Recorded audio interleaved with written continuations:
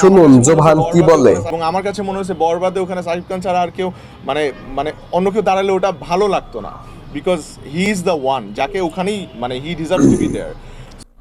Yes, Shakib Khan ছাড়া কখনোই বরবাদ হতো না, সেইটা বলল নাটকের জনপ্রিয় নায়ক অভিনেতা জোভান। জোভান কিন্তু 100% সত্যি বলছে। বরবাদ সিনেমার মতো সিনেমা, এই টাইপের সিনেমা, এই টাইপের ক্যারেক্টার বাংলাদেশে আর কাউকে দিয়ে সম্ভব না। সম্ভব না মানে সম্ভব না, এক কথায়। এমন অ্যাকশন বা এমন অভিনয়, এক কথায় আরিয়ান মির্জা এই ক্যারেক্টারটা শুধু শাকিব খানের সাথেই যায়।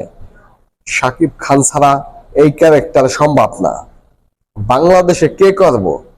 বাংলাদেশে অনেক ভালো ভালো অভিনেতা আছে, তারা গল্প নির্ভর অভিনয় করে। অভিনেতা অনেক আছে, কিন্তু নায়ক কিন্তু একজনই। এই সব ক্যারেক্টার প্লে করার মতো নায়ক বাংলাদেশে শাকিব খানই। এসব ক্যারেক্টার করতে নায়ক দরকার, নায়ক, অভিনেতা না।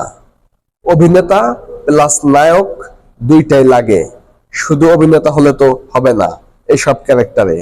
যেমন বাংলাদেশে বাঘা অভিনেতা মোশাররফ করিম, চঞ্চল চৌধুরী, এরা হচ্ছে বাংলাদেশে বাঘা বাঘা অভিনেতা, অনেক বড় মাপের অভিনেতা। তাদেরকে দিয়ে গল্প নির্ভর সিনেমা বানানো সম্ভব, কিন্তু এই টাইপের অ্যাকশন কাউকে দিয়ে সম্ভব না। যদি এই টাইপের অ্যাকশন করার মতো কোনো নায়ক বাংলাদেশে থাকতো, তাহলে এই 25 বছরে অনেক শাকিব খান পাওয়া যাইতো, অনেক শাকিব খান আসতো। কিন্তু গত 25 বছরে একটা শাকিব খান কিন্তু আসে নাই। যারাই আসে তাদের সিনেমা ওই সিনেপ্লেক্সে ভালো হলে টুকটাক চলে, বাস এতটুকুই। কিন্তু নায়ক কিন্তু আসে না, নায়ক কিন্তু শাকিব খান একাই। এই বিষয়টা বুঝতে পারছে নাটকের অভিনেতা জোভান। এই জন্য জোভানকে অসংখ্য ধন্যবাদ। জোভান হলে গিয়ে সিনেমাটা দেখছে এবং সবাইকে সিনেমাটা দেখার আহ্বান জানাইছে। তো আপনারা যারা যারা এখনো বরবাদ সিনেমাটা দেখেন নাই, এখনই দেখেন। কি সিনেমা হয়েছে না দেখলে বুঝতে পারবেন না। এত ঝড় চলতেছে কেন? অসাধারণ, আপনার পয়সা উসুল। আপনি বের হয়ে ভাববেন কি দেখলাম, এটা কি দেখলাম, আরেকবার যাইবেন যে আবার দেখবো, যত টাকা লাগে। এই টাইপের সিনেমা হচ্ছে বরবাদ।